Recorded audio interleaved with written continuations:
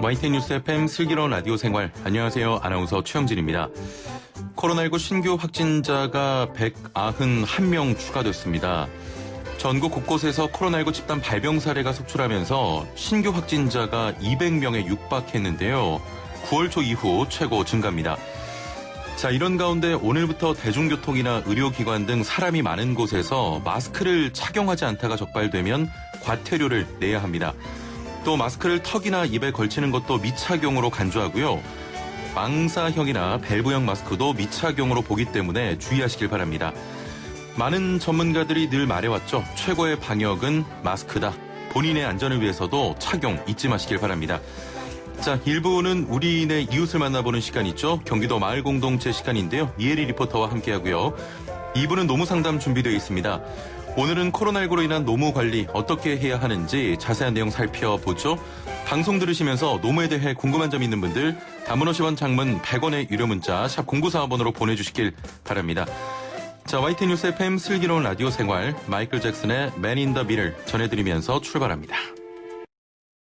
마을 공동체란 이름으로 내가 살고 있는 동네, 우리 마을을 살기 좋은 곳, 살아가고 싶은 곳으로 만들어가는 분들이 있는데요. 오늘은 그 이웃사촌들을 만나보는 시간입니다. 경기도 마을 공동체 활동을 통해 마을을 생기 있게 만드는 청년들의 모임을 몇 차례 만나봤는데요. 오늘은 청년들 자신들은 물론 다음 세대, 이전 세대와의 고민을 함께하고 연결해주는 징검다리 역할을 하면서 문화, 교육, 일자리까지 만들어가고 있는 청년마을 공동체 만나보려고 합니다. 자, 직접 현장에 다녀온 리포터계의 살아있는 화석 암모나이트 이혜리 리포터 스튜디오에 나와 있습니다. 안녕하세요. 네, 안녕하세요. 예. 오늘 유튜브에 초반부터 많은 분들은 아니지만 네. 댓글을 좀 달아주셨는데 아유, 감사합니다. 제 칭찬이에요. 데이비드 리님께서는 네. 지금 조금 전에 노래가 마이클 잭슨의 노래였는데 팝의 황제 마이클 잭슨, YTN 라디오의 황태자. 황태자가 진행하는 슬라생 최고다. 와, 본인이 본인 칭찬을 이렇게 아무도 안 해줘요. 예.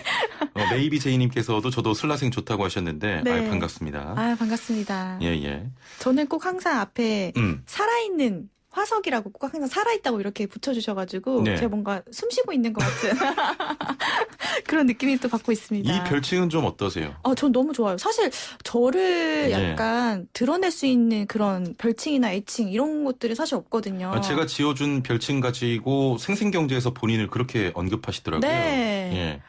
많은 곳에서 언급하고 있습니다. 예. 네, 너무 감사드려요. 그 발원지는 저 네. 슬라생입니다. 알겠습니다. 항상 그 애칭을 이야기할 때 예. 최영진 아나운서가 이야기해줬다 이렇게 꼭 항상 붙이고 있습니다. 감사합니다. 네. 자, 오늘은 경기도 어디로 가서 어떤 마을 공동체 만나고 올까요? 네, 오늘은 경기도 의왕시를 다녀왔는데요. 예. 이 경기도 의왕시에서 활동하고 있는 뒷북이라는 공동체 모임입니다. 뒷북이요? 네, 뒷북. 예. 이 공동체는 경기도 의왕시에서 주로 활동을 하고 있고요. 청년들이 활동을 하고 있는데 위치가 이 경기도 의왕시가 안양시랑 군포시 이렇게 연결이 되어 있어요. 예. 그래서 이 세 도시는 서로 생활권도 공유를 하고 있거든요. 이런 이유로 이 뒷북 공동체 역시 이 거점 공간이 의왕시 청년뿐만 아니라 안양, 군포, 과천에서 살고 있는 청년들도 함께 활동하고 있습니다. 예. 자, 일단 이름이 굉장히 독특해요. 뒷북. 보통 뒷북이란 얘기할 때 뭐 앞서서 언급한 내용을 뒤늦게 다시 언급할 때 네. 너 뒷북 치지 마. 이렇게 말하잖아요. 그렇죠. 어떤 의미입니까? 그런데 이 뒷북이라는 뜻이 당당하게 뒷북을 치자. 예. 그리고 자기가 하고 싶은 것을 하자라는 이 의미로 뒷북이라는 이름을 담았는데요. 이름이 생기게 된 배경이 있습니다. 이게 예. 그 2014년도에 이 뒷북에서 활동하고 있는 청년들이 자신이 졸업한 대안학교의 뒷동네에서 이 뒷북이라는 이 이름의 청년 공간을 만들었거든요. 예. 그래서 여기서 활동을 하다가 2016년부터 이 공간을 활용할 수 있게 좀 똘똘 뭉쳐서 활동했으면 좋겠다라는 이 의미에서 공동체를 만들었어요. 그래서 현재 이 뒷북은 경기도 의왕시를 중심으로 20대, 30대, 이 50여 명의 청년들이 이 지역에서 재미있는 놀이를 펼치면서 이렇게 활동을 하고 있습니다. 50명 정도면은 네. 그래도 꽤 많네요. 네, 한 55명, 한 60명 정도 이렇게 활동하고 있는데요. 예. 주로 뭐 지역의 일거리, 놀거리, 배울거리 이런 것들을 함께 만들어가고 있습니다. 이 경기도 공동체 의왕시에서 활동하고 있는 뒷북의 소재용 대표에게 들어보시죠. 좋아하는 사람들이고 또 신뢰하는 사람들이에요. 그 조합원들이 대부분. 거기서 오는 안정감이나 편안함이 분명 있는 것 같고요. 그래서 그 관계를 바탕으로 이제 일을 벌여 나가는 과정이 큰 힘이 되는 거는 있는 것 같아요. 뒷북 안에서는 같이 저마다의 욕구를 고민해 볼 수 있는 그런 여유와 기회를 만들어 가는 게 중요하다고 생각을 하고, 그래서 저희 같은 경우에는 그런 욕구들을 함께 만들어가고 참여해 볼 수 있는 어떤 거리들을 많이 만들어 나가고 있는데, 거기서 오는 안정감이 있는 것 같아요. 그런 활동들을 통해서 이렇게도 살아볼 수 있는 어떤 그런 상상들도 해볼 수 있는 것 같아요. 예. 자, 그럼 뒷북에서는 주로 어떤 활동을 하고 있는지 구체적으로 소개를 해주시죠. 네, 우선은 놀거리 관련해서는 작은 무대라고 해서요. 한 달에 한 번씩 소소한 행사를 진행을 하고 있는데 예. 뭐 예를 들어서 그림을 못 그리는 이 친구를 보고 그림 못 그리기 대회를 한번 해보면 어떨까 예. 해서 청년들끼리 서로 그림 못 그리기 대회 이런 것들도 하고요. 예. 그리고 또 선거철에는 선거 방송을 함께 보면서 선거 파티도 함께 했었고 뭐 이 외에도 뭐 콘서트나 공연 이런 것들도 매달 진행하고 있었다고 합니다. 그리고 일거리의 경우에는 지역에 필요한 일들을 소개받아서 활동을 하고 있었고요.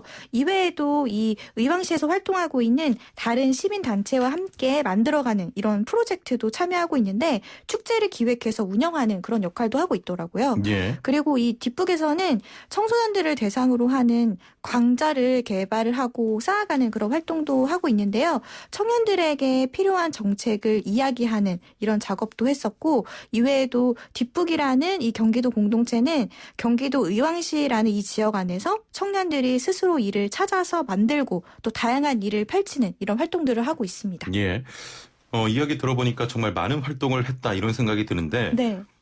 그런데 이 뒷북에서 청년 공간도 활용하고 있다고 하셨잖아요. 네. 그것도 좀 소개를 해주시죠. 네, 이 뒷북은 현재 그 자신들만의 공간인 북카페인 이 뒷동네 뒷카페로 활용하는 청년 공간이 있습니다. 예. 이런 공간이 생기게 된 거는 이 학교를 졸업한 청년들이 생겨나면서 이 사회로 진입하는 뭐 10대 후반, 20대 초반의 청년들에게 어떤 것이 필요할까? 뭐 편안하게 같이 모일 수 있고 뭐 쉴 수 있는 이런 자유롭게 드나들 수 있는 장소가 필요하지 않을까라는 이런 생각에서 출발을 한 건데요. 예. 그래서 자신이 졸업한 이 대안학교의 뒷동네에 이런 공간을 만들게 된 겁니다. 저도 이 뒷북이라는 청년 공간 카페에 같이 가봤거든요. 근데 이 한 공간을 여러 개로 이렇게 공간을 활용을 하고 있었어요. 예. 그래서 한 곳에서는 뭐 책이나 아니면 만화책 이런 것들도 볼 수 있었고 또 한 공간에서는 보드게임도 할 수 있도록 이렇게 준비를 했고요. 또 회의를 할 수 있는 공간도 마련을 해놨습니다. 이외에도 차 마시면서 누워서 이렇게 이야기할 수 있는 그런 공간들도 만들었는데요. 청년들의 아이디어로 탄생한 이 공간 역시 알차게 이 공간을 활용을 하고 있더라고요. 예. 그리고 또 제 기억에 남았던 게 그 청년들이 자신의 일상을 이런 것들을 고민을 이제 책으로 써서 잡지로 발간을 했어요. 이런 것들도 그렇군요. 쭉쭉 예. 이렇게 비치를 해놔서 놀러 오신 분들 뭐 지역에서 마을 주민들도 와서 쉽게 공간을 활용할 수 있도록 이렇게 하고 있었습니다. 이번에는 이 뒷북에서 활동하고 있는 박혜민 씨 이야기 들어볼 텐데요. 이 뒷북에서 활동하게 된 건 올해 3년째라고 합니다. 어떤 것들을 느꼈는지 박혜민 씨에게 들어보시죠. 이런 공간이 개인적으로 저한테는 되게 필요한 곳이다라는 생각을 좀 했었거든요.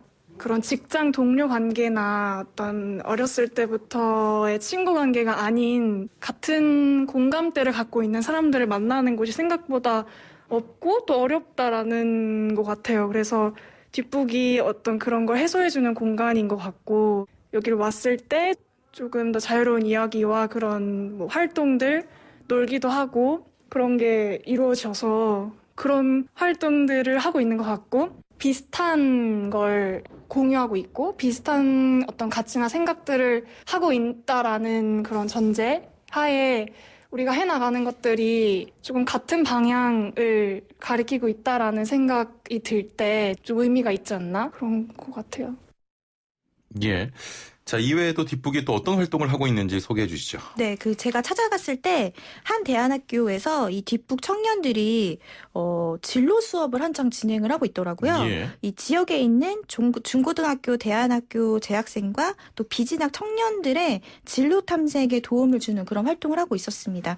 이 수업은 졸업 이후에 자립을 준비할 수 있도록 함께 상상하고 질문하고 뭐 이렇게 이야기를 나누는 그런 시간인데요. 수업 제목이 아무튼 19살입니다. 왜냐하면 이 학교가 18살에 졸업을 하거든요. 예. 그래서 19살부터는 자신의 진로를 스스로 정해서 사회에 뛰어들어야 하기 때문에 그래서 이 뒷북 청년들은 이 학생들과 함께 어떻게 이 학생들의 고민을 나눌 수 있을까 또는 사회에 잘 정착할 수 있을까 이런 부분들을 이야기 나누면 좋을 것 같다라는 이 아이디어로 뒷북 청년과 청소년들이 19살을 함께 기획하고 있었는데요. 이 진로 수업의 경우에는 2018년부터 진행이 돼서 올해 3년째 매주 금요일마다 하고 있더라고요. 이 청소년들에게는 굉장히 의미 있는 시간이 될 것 같아요. 네, 맞아요. 예, 선배들이 진로 수업도 해주고요. 네. 그러면 이 진로 수업 시간에는 주로 어떤 내용을 가지고 이야기를 나눕니까? 네, 각자 본인이 생각하는 이런 자립에 대해서 얘기도 나누고요. 예. 또 도전에 대한 이야기 또는 관계, 뭐 소비, 돈 이런 부분에 대해서도 자유롭게 이야기를 해보고요. 예. 또 앞으로 내 인생을 어떻게 설계를 할 건가 이렇게 구체적으로 학생들의 진로나 고민에 대해서 이야기를 나누고 있었습니다. 이 교육은 매주 금요일 오전 10시 40분부터 12시 40분까지 진행을 하고 있는데요. 예. 지금도 진행하고 있겠죠? 아, 네. 그렇겠네요. 네, 제가 찾아간 날은 돈에 대한 소비, 의미 이런 부분에 대해서 이야기를 나누고 있었습니다. 저와 함께 이 현장으로 가보시죠. 최근 혹시 가장 떠오르는 소비를 하나씩 한번 얘기해볼까요? 학교 끝나고 다 같이 뭐 편의점 가서 라면을 사 먹는다던가 학생들끼리 어떤 문화적인 소비가 좀 주로 있었던 것 같고. 네, 안녕하세요. 저는 중고등 통합대안학교에 다니고 있는 고등학교 2학년 박유민이라고 하고요. 정말 저희가 졸업을 해서 사회에 나갔을 때 필요한 것들, 뭐 19살에 어떻게 해야 될지, 그다음에 뭐 조금 현실적인 이야기들을 많이 들을 수 있어서 좋았던 것 같고요. 이 학교를 졸업하고 실제로 이 현장에서 일을 이어가시는 분들에게 이야기를 듣는 게 되게 의미가 있다고 생각하고, 거기서 해준 이야기들 중에 좀 인상 깊었던 거는 대안학교라는 공간 그리고 이 협동조합 뒷북이라는 공간 이 두 가지는 우리는 이제 묶여있기 때문에 단절되지 않았다 우리는. 그래서 어쨌건 연결되어 있다는 것을 강조해 주신 것 같아요. 고등학교 2학년 조현규입니다. 앞으로 졸업 이후에 그런 사람들 알려준 수업이기 때문에 저희 학교 졸업생이시기도 하고 선생님들 중에 저하고 같이 학교 다녔던 선생님 몇 분 계시는데 그런 것 같아서 참 특별한 것 같아요.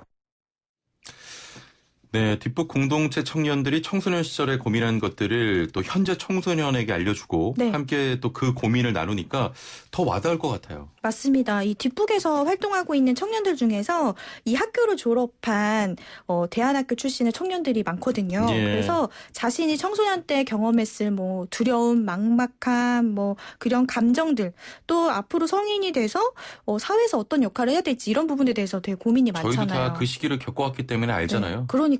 예. 근데 그거를 선배들이 만약에 경험한 것들을 이야기해주면 그게 굉장히 도움이 되잖아요. 그렇습니다. 그래서 이렇게 청소년들에게 사회성을 키워주면서 청소년들의 가려운 곳을 이 뒷북 청년들이 시원하게 아주 박박 긁어주는 그런 역할을 하고 있었습니다. 예. 네, 계속해서 박혜민 씨에게 들어보시죠.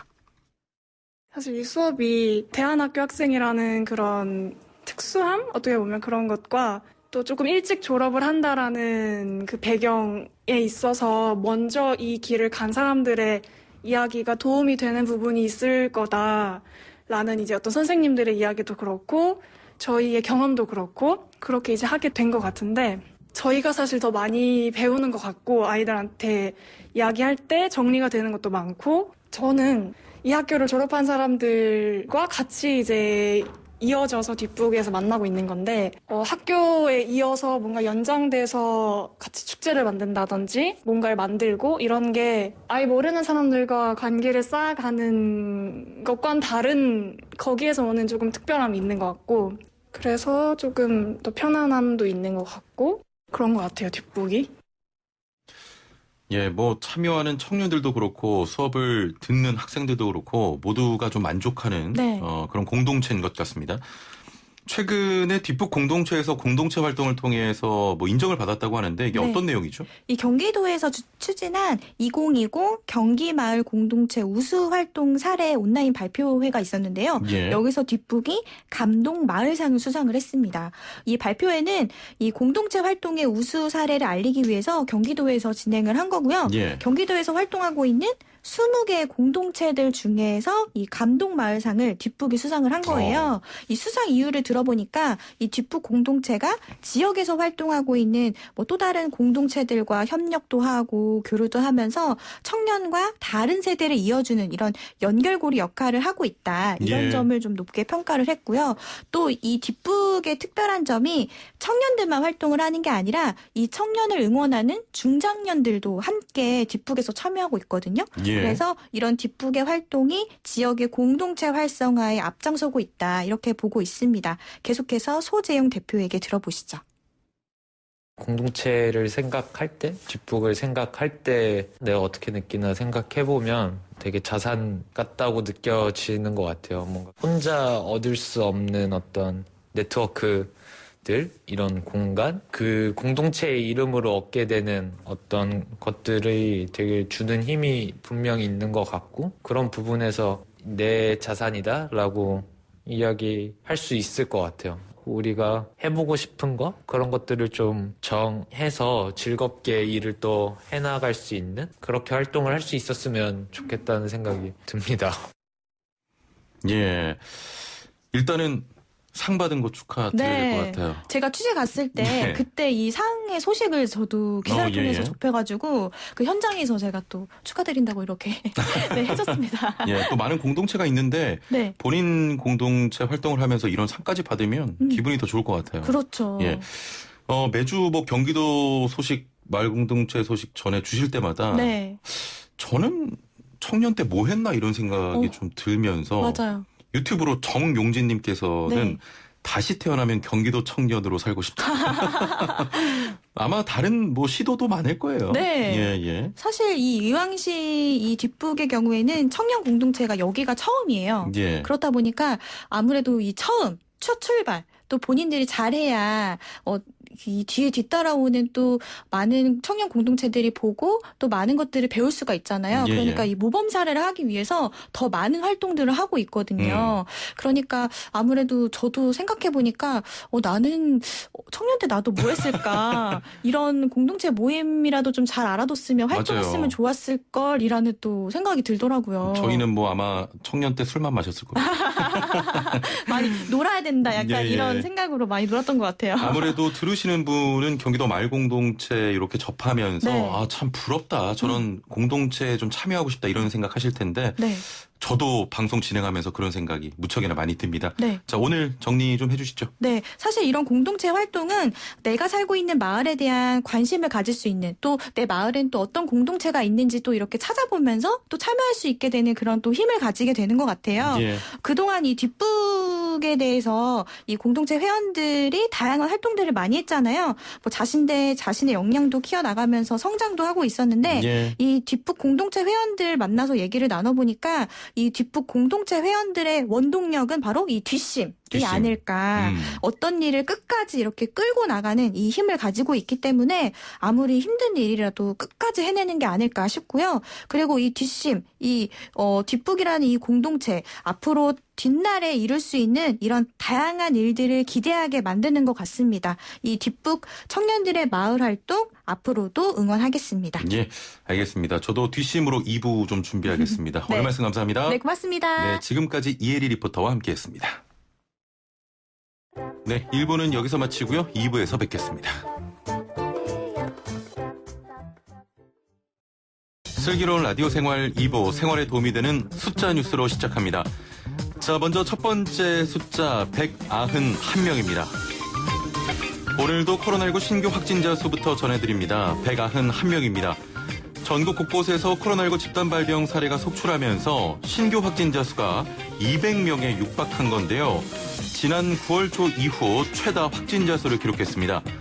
이 같은 증가세는 최근 코로나19에 취약한 요양병원, 요양시설뿐만 아니라 직장, 학교, 지하철역, 카페, 가족 지인 모임 등 일상 공간에서도 집단 감염이 연이어 발생한 영향이 큰데요. 특히 그동안은 신규 확진자의 대부분이 수도권에서 발생했으나 지금은 강원, 충남, 전남 등 비수도권에서도 확진자가 무더기로 발견되는 양상입니다. 방역당국은 코로나19 국내 발생 300일을 앞둔 시점에서 다시 급 확산 조짐을 보이는 데 주목하면서 사회적 거리두기 1.5단계 상향을 포함한 다각도의 대책을 고심 중입니다. 충남 천안, 아산, 강원 원주, 전남 순천 등 4개 지방자치단체는 이미 자체적으로 1.5단계로 격상한 상태인데요. 한편 저희 슬기로운 라디오 생활을 통해서도 계속해서 전해드리고 있죠. 오늘부터 마스크를 제대로 쓰지 않으면 과태료가 부과됩니다. 집 밖에서는 대부분의 경우 마스크를 쓰고 있어야 한다. 그리고 턱스크, 코스크도 안 된다는 점 꼭 챙기셔야겠습니다. 두 번째 숫자 100분입니다. 온라인 동영상 서비스 유튜브가 오늘 오전 9시부터 약 100분간 장애를 일으켜 많은 사용자가 불편을 겪었습니다. 어제죠. 자, 어제 저희 슬기로운 라디오 생활 애청자분들도 유튜브로 보이는 라디오 들어오시려다가 고개를 갸우뚱 하셨을 것 같습니다. 자, 어제입니다. 유튜브는 어제 오전 11시쯤 모든 서비스가 정상화됐다고 밝혔습니다. 이번 장애로 삼성 SDS가 유튜브로 생중계할 예정이었던 개발자 행사의 차질을 빚는 등 온라인 행사에도 여파가 미쳤는데요. 특히 한 달에 1,450원을 내는 유료 가입자들은 동영상을 시청하지 못해 실질적 손해를 입었습니다. 사고 원인과 피해 보상에 대해 구글 코리아 측은 본사가 트위터를 통해 알린 사과문 외에는 확인해줄 내용이 없다고 밝혔습니다. 방송통신위원회는 전기통신 사업자는 서비스가 중단되면 이용자에게 알려야 할 의무가 있지만 유튜브 같은 부가통신 사업자의 경우 4시간 이상 중단됐을 경우에만 해당돼 고지 의무가 없다고 밝혔습니다. 다만 유튜브는 유료 가입자에 대한 피해 보상을 규정하는 약관 규정이 없어서 추후 유튜브 측의 대응을 살펴보겠다는 입장입니다. 네, 세 번째 숫자 10명입니다. 코로나19 사태 속에 올해 들어 과로사로 추정되는 택배 노동자들 사망이 잇따랐습니다. 무려 올해만 10명인데요. 이에 고용노동부와 국토교통부가 어제 택배기사 과로 방지 대책을 발표했습니다. 내용을 좀 살펴보죠. 작업체계 조정과 업무용 앱 차단 등을 통해 주간 택배기사에게 밤 10시 이후 심야 배송을 제한하도록 권고하기로 했습니다. 또 택배사별 배송량 등을 고려해 노사협의를 거쳐 택배기사에게 토요일 휴무제를 도입하는 등 주 5일 근무제 확산을 택배업계에 유도하기로 했는데요. 이에 대해서 택배 노동자들은 긍정적으로 평가하면서도 반신반의하는 분위기입니다. 먼저 공짜 노동으로 불리며 과로의 핵심으로 꼽히는 분류작업 개선 방안이 모호하다는 건데요. 택배 노동자는 원래 자신의 일이 아니라는 것인데 택배 회사들은 배송 수수료 안에 분류수당도 다 포함되어 있다고 주장합니다. 이번 대책에서도 노사 의견이 크다는 이유로 의견 수렴을 거쳐 표준 계약서에 반영하겠다는 원론적 내용만 담겼는데요. 또 심야 배송 금지나 하루 최대 작업 시간 제한도 강제성이 없어 편법이 만연할 것이란 우려도 나오고 있습니다. 자, 택배 가격과 수익 분배 구조 개선도 어려운 사회적 문제로 꼽히는데요. 이번 정부의 발표가 완벽한 해결책이 될 수는 없겠지만 더 나은 노동 환경을 위한 중요한 첫걸음이 되길 기대해 보겠습니다.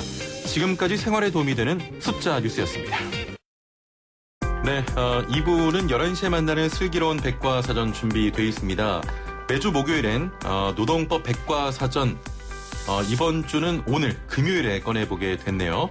자, 오늘 2부는 알면 돈이 되는 노동법 소나무 노동법률사무소 김효신 노무사와 함께하겠습니다. 안녕하세요. 네, 반갑습니다. 예, 매주 목요일에 진행이 됐었는데 네네. 오늘만 좀 부득이하게 금요일에 네. 예, 서랍에서 네. 노동법 백과사전을 꺼내게 됐습니다. 예, 죄송합니다. 제가 하루 늦었습니다. 예, 더 예. 충실하게 하겠습니다. 네. 아닙니다. 네. 올해 들어 알돈노 시간에 네. 이런 내용의 문의가 좀 자주 왔어요. 좀 안타깝지만 네. 코로나19로 경영이 어려워져서 사직 권유를 받았는데 그만둬야 하는 겁니까?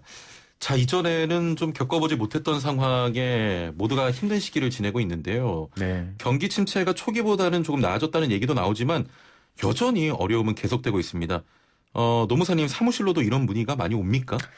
네, 많습니다. 사실 이제 공고사직이 어떤 건지는 다 아실 거예요. 예. 어떤 합의 해지를 근로계약에 합의를 해서 해지를 하려는 한 유형인데요. 그래서 뭐 쉽게 말씀드려서 우리 회사의 사장님이 해당 분한테 뭐 사직할 것을 권고하고 그것을 받아들여서 이루어지는 건데요. 근데 이 과정에서 조금 잡음이 나와요. 이제 사장님은 이제 권고를 하는 과정에서 솔직하게 좀 어려우니까 이런 얘기를 해주시면 되는데 그 와중에 또 이 사람의 책을 얘기를 한다, 그 흠을 얘기를 하신다거나 이런 문제점을 꼬집어서 그렇죠. 이제 그런 걸로 하면서 뭐 선택이 될 수밖에 없다 이런 얘기를 해주시니까 예. 받아들이시는 해당자분께서는 그걸 바로 해고의 의미로 받아들이시는 것 같더라고요, 다들. 예. 그래서 여기에서 이제 분쟁이 바로 생겨버리거나 아니면 그 얘기 들으니까 바로 나도 자존심 있다 이렇게 얘기해서 그냥 사직서에 사인해버리고 이렇게 막 나와버리고 하는 그런 게 벌어지고 이를 있거든요. 참, 그래서, 예. 그렇습니다. 예.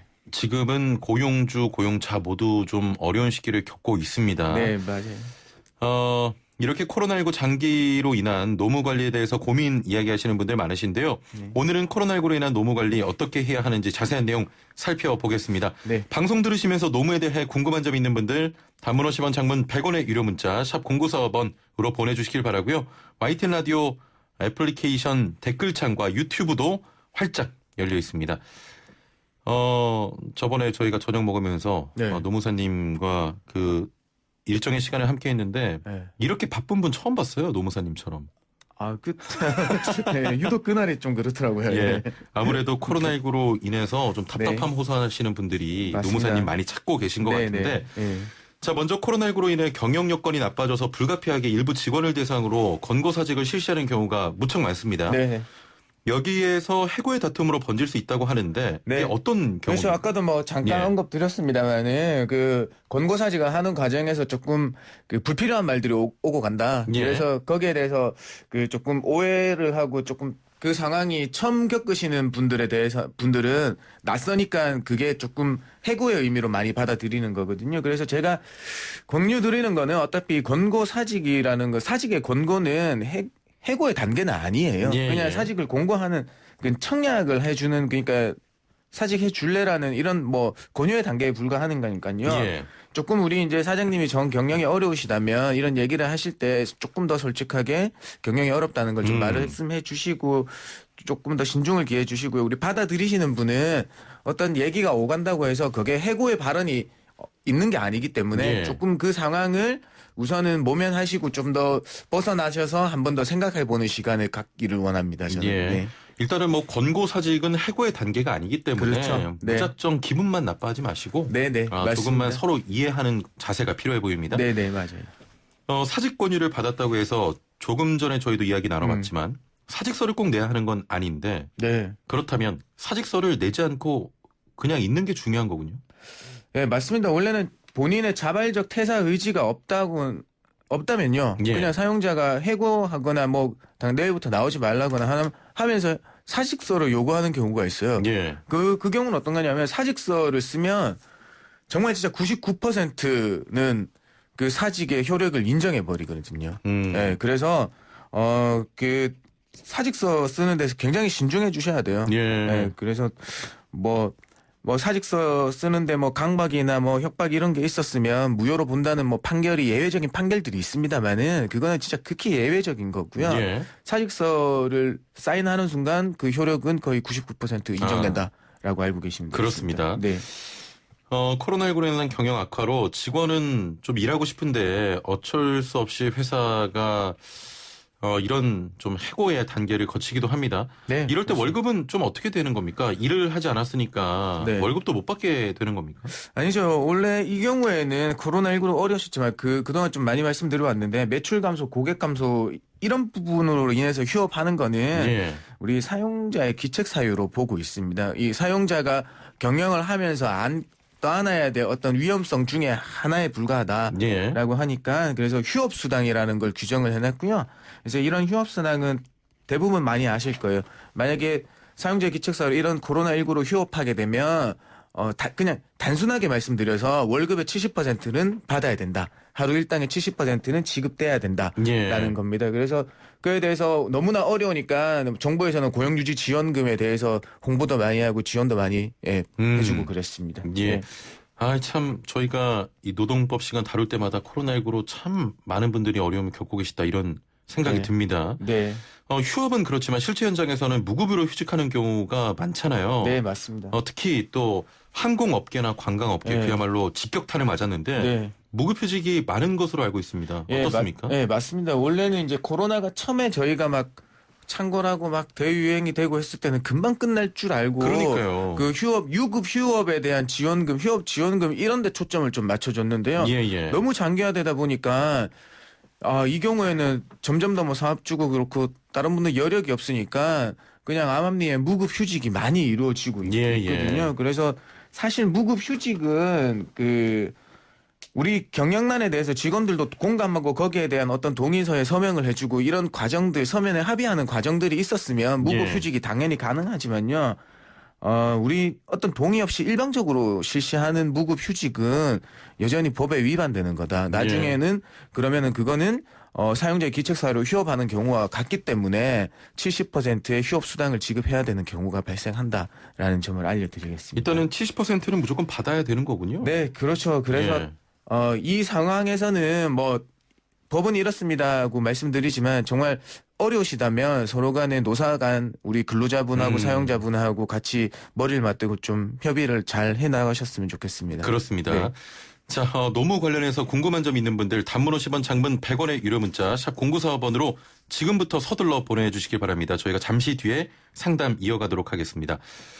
자, 이렇게 또 휴업 또는 휴직을 계속하다가 다른 직장으로 이직을 위해서 퇴사하는 경우도 있잖아요. 네. 가장 중요한 건 이 맞습니다. 퇴직금입니다. 네. 휴직 기간도 포함이 됩니까?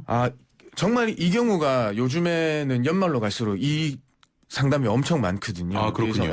그래서 어떻게 되냐면 퇴직금 계산하는 평균 임금 계산식은 다 아실 거예요. 퇴사하기 전 3개월을 퇴사 3개월 전에 총 일수로 나눠주니까 그렇습니다. 그 3개월에 휴직이 껴있으면 어떻게 되는 거냐라는 질문이시거든요.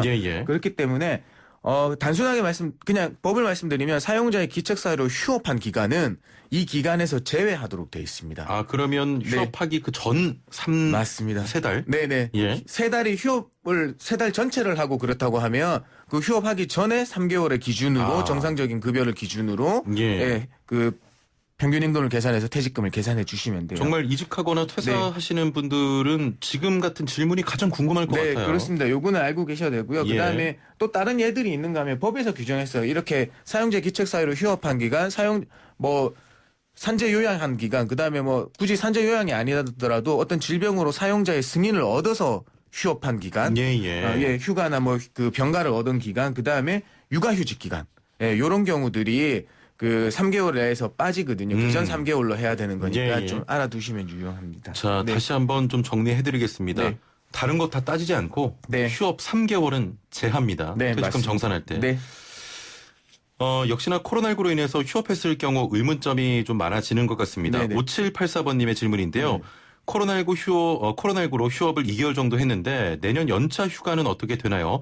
80% 미만 출근이어서 올해 만근한 달에 대해 하루씩 월차 개념으로 준다는데 이게 맞습니까? 라는 질문입니다. 그 하루씩 월차로 주는 거는 아닙니다. 틀렸습니다. 왜냐하면 이것도 똑같습니다. 이건 뭐냐면 연차휴가 발생 요건에서 소정 근로 일수와 출근율에 관한 질문이신데요. 그래서 이 역시 사용자의 기책사유에 의한 휴업 기간 역시 우리가 정말 근로를 제공해야 되는 날 소정 근로일에서 제외됩니다. 그러니까 이 경우도 제외해놓고 다른 소정 근로 일수의 출근율 80%를 넘으면 정상적으로 발생하게 되는 거거든요. 아까 우리 퇴직금에서 요 휴업한 기간에 퇴직금 평균임금 계산 기간에서 빠진다고 했잖아요. 그래서 이것도 똑같습니다. 연차 휴가를 계산하기 위한 출근율의 소정 근로 일수에서 그 휴업한 기간은 빼놓고 80%가 넘는지 아닌지를 판단해서 부여하게 됩니다. 그래서 휴업했다고 하면 사용자 기차 휴업했다고 하면 다른 퇴직금이나 연차의 발생에 있어서 크게 받는 불이익은 없다라고 정리되겠습니다. 그동안 많은 게스트분들 오셔서 부동산법, 세법, 그냥 다양한 법률들 이야기할 때마다 현실과 이상의 괴리가 좀 있었는데 노동법은 상당히 현실적인 것 같아요. 그렇죠. 기분이 좀 좋아집니다. 와닿는 거니까요. 우리 바로. 연차에 대해서 궁금한 것은 이 대기업은 모르겠지만 중소기업 직장인들이 연차를 좀 사용하려고 하면 회사가 신청한 날 안 된다면서 다른 날로 하라는 경우가 있는데 이게 맞습니까? 반은 맞고 반은 틀립니다, 사실. 이게 예. 왜냐하면 근로자는 이제 자신이 우리 직원분들은 어떤 법상 요건을 충족하면 그 연차 일수를 보유하게 되고 그걸 본인이 사용하고 싶은 날에 사용할 수 있는 시기 청구권을 가지고요. 예, 예. 그다음에 어떤 회사는 그 청구한 시기에 휴가를 주는 게 좀 사업 운영에 영향이 있으면 그 시기를 변경할 수 있는 또 그에 반하는 시기 변경권을 가지고 있어요. 이 두 예, 권리의 예. 충돌이라고 보시면 됩니다. 그래서 그냥 노동부의 해석을 한번 알려드리면요. 그냥 일시적으로 인원이 부족하거나 휴가를 다 가버리면 그다음에 휴가 청구일이 집중되면 회사 운영이 안 되거나 가게 그렇죠. 운영이 안 예, 될 예. 거잖아요. 그래서 그런 이유라면 시기 변경권의 행사가 적절하다고 판단하고 있거든요. 예. 그래서 요거는 일괄적으로 뭐 연차 사용하면 무조건 막는 건 안 되겠습니다만 그렇습니다. 때에 따라서 막는 게 막는 건 안 되죠. 사용을 막는 건. 그 다른 날 사용하도록 변경하는 거는 가능할 수 있다.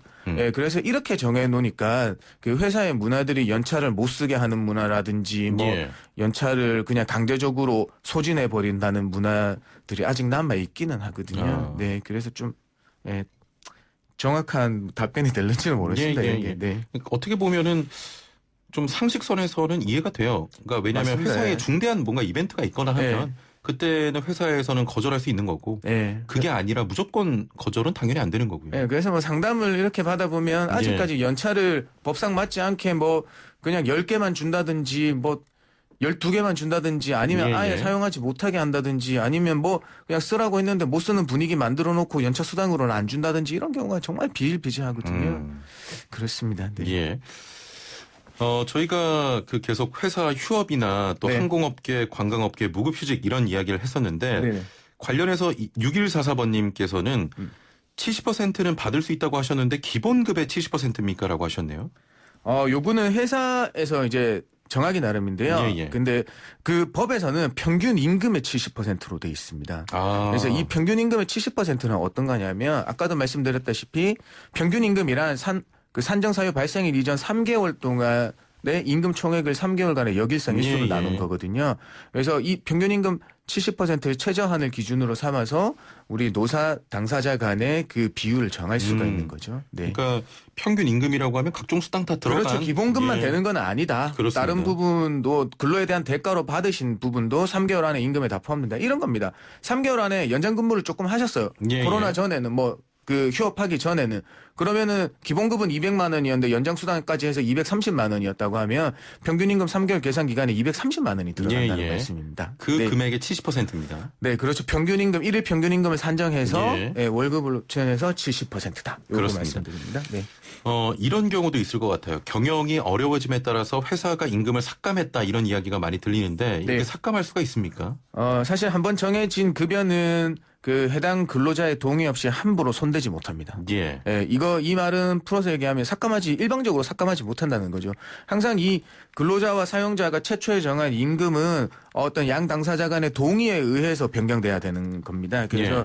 임금 삭감을 하시려면 그다음에 직원의 동의를 받아서 하셔야 되는 거고 이 경우에도 서로 간에 양 당사자 간의 합의가 있다고 하더라도 최저임금 이하의 수준으로 삭감하실 수는 없다. 왜냐하면 최저임금법에 우리는 시간당 원래는 8,590원으로 예, 규정해 예. 왔잖아요. 그렇기 때문에 최저임금은 하한이다. 지키셔야 된다라는 점 알려드리겠습니다. 알겠습니다. 네.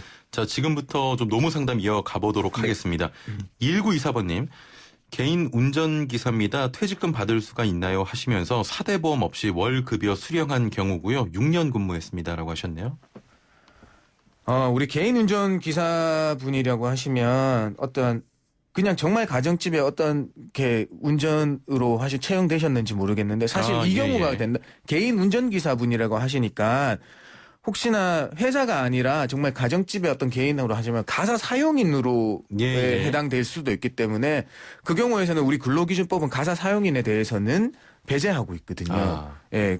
그 경우인지 아니면 어떤 개인 운전기사분이라고 하더라도 회사에서 법인에서 채용돼서 그러니까 고용된, 법인이던 예. 어떤 개인 사업장의 그 사장님의 개인 기사로 채용되셨다고 하면 받을 회사에서 수가 채용한 거기 때문에 예. 당연히 근로기준법 적용받거든요. 그럴 경우에는 퇴직금 받으실 수 있습니다. 예. 네. 전자의 경우에는 좀 받기 어렵고. 그렇죠. 가사 사용인일 경우에 예. 한 번 더 생각을 해봐야 됩니다. 네. 알겠습니다. 4562번님. 택시 회사 연차에 대해서 설명을 좀 부탁드립니다 하셨거든요. 네, 택시 회사 뭐 법인 택시 회사도 근로자성이 다 인정되는 거니까요. 예. 그 시간에 비례해서 다 연차 휴가 산정하게 돼 있습니다. 그거는 뭐 요렇게까지만 기본적인 것만 발생한다는 거 말씀을 드려야지 조금 더 구체적인 거는 어떻게 전화를 나중에 또 통화를 한번 해봐야 되나요? 네. 아, 또 전화 받으시려고요? 그러니까 저랑 저녁 먹는 동안 전화만 한 40통 온 것 같아요. 2639번님, 동생이 다니는 회사에서 연차를 쓰면 월급에서 하루씩 제외한다고 하는데요. 동생이 직접 노동부에 신고를 못하는 것 같은데 불이익 당할까봐 해결할 방법이 뭐가 있을까요? 하셨네요. 요거는 조금 안타까운 경우인데요. 우선은 근로계약서가 있다고 하시면 근로계약서를 한번 보셔야 돼요. 어떤 경우가 하면 근로계약서 안에 포괄임금제 형태의 근로계약을 임금계약을 체결하면서 그 포괄임금 안에 연차 수당을 넣어놓은 거예요. 그래서 또 다른 문구가 나올 수가 있는데요. 그 밑에 연차 수당이 이 급여에 포함되어 있다 하더라도 연차는 막지 않겠다. 다만 연차를 사용하면 월급에 포함되어 있으니까 제하겠다.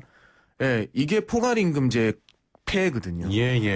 그래서 요구를 확인해 보셔야 돼요. 이게 정말 그렇게 계약이 체결돼 있다고 하면 좀 안타까운. 그렇게 체결돼 있다고 하면 뭐 노동부나 이런 신고를 해도 소용이 없는 거잖아요, 사실은. 그렇죠. 이거는 뭐 체불에 해당되는 게 아니고 연차 수당을 포괄로 임금에다가 정해놨으니까 쓰니까 썼으니까 당연히 안 주는 거는 그렇습니다. 이론상은 맞거든요. 그런데 감정적으로는 좀 허용하기 어려운 거죠. 일단 이런 부분은 계약서 내용을 다시 한번 좀 검토해 보시길 계약서 체결하실 바랍니다. 때 항상 포괄임금의 연차 수당, 그래서 우리가 돌발적인 변수에 대한 연장에 대한 어떤 일부분을 급여에다가 포함되는 것까지는 허용할 수는 있지만 그 연차 수당까지 포함해 놓은 거는 정말 좀 받아들이기 힘들거든요. 그렇습니다.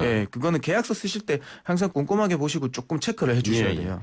마지막으로 짧게 여쭙겠습니다. 1296번님, 계약직으로 7개월 근무했는데 더 이상 계약을 안 해준다고 합니다. 실업급여 받을 수 있을까요? 하셨네요. 네, 7개월이시니까 피보험 단위 기간이 180일 이상이 되는 것만 확인해 주시면 돼요. 계약 만료는 당연 비자발적으로 퇴사한 실업급여 수급 사유거든요. 근데 한 가지만 더 알려드리면 180일이 우리는 6개월이라고 해서 6개월만 채우면 되는 줄 아시는데 만약에 주 5일째 월요일부터 금요일까지 40시간 일하시는 분은 토요일은 한 달에서 토요일은 빼야 되거든요. 그렇기 때문에 한 7개월이나 7개월 반 정도 돼야지 그 180일을 채우실 수 있어요. 그 부분부터 확인을 하셔야겠죠. 그렇죠. 그런데 이 회사에서 180일 못 채우셨더라도 그 전 직장 3년 내에 직장에서 실업급여를 받으시지 않았다고 하면 이 피보험 단위 기간은 통산됩니다. 합치실 수 있다고요. 그래서 이런 거 조금 확인 더 해보시는 게 필요합니다. 그렇습니다. 자, 시간이 다 돼서 오늘 말씀은 여기까지 듣겠습니다. 감사합니다. 네, 고맙습니다. 지금까지 소나무 노동법률사무소 김효신 노무사와 함께했습니다.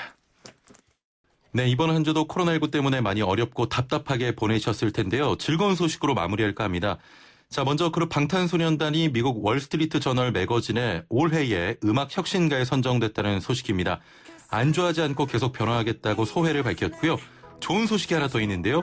핑크퐁 아기상어 동요가 미국 음반산업협회에서 주는 등급 인증에서 최고 등급에 올랐습니다. 아이들 동요로 이 등급까지 간 건 전 세계에서 이번이 처음이라고 하는데요. K-팝 너무나도 자랑스럽습니다. 자, 지금 노래 들려오고 있죠. 방탄소년단의 다이너마이트 전해드리면서 인사드립니다. 주말 잘 보내시고요. 최영진이었습니다. 고맙습니다.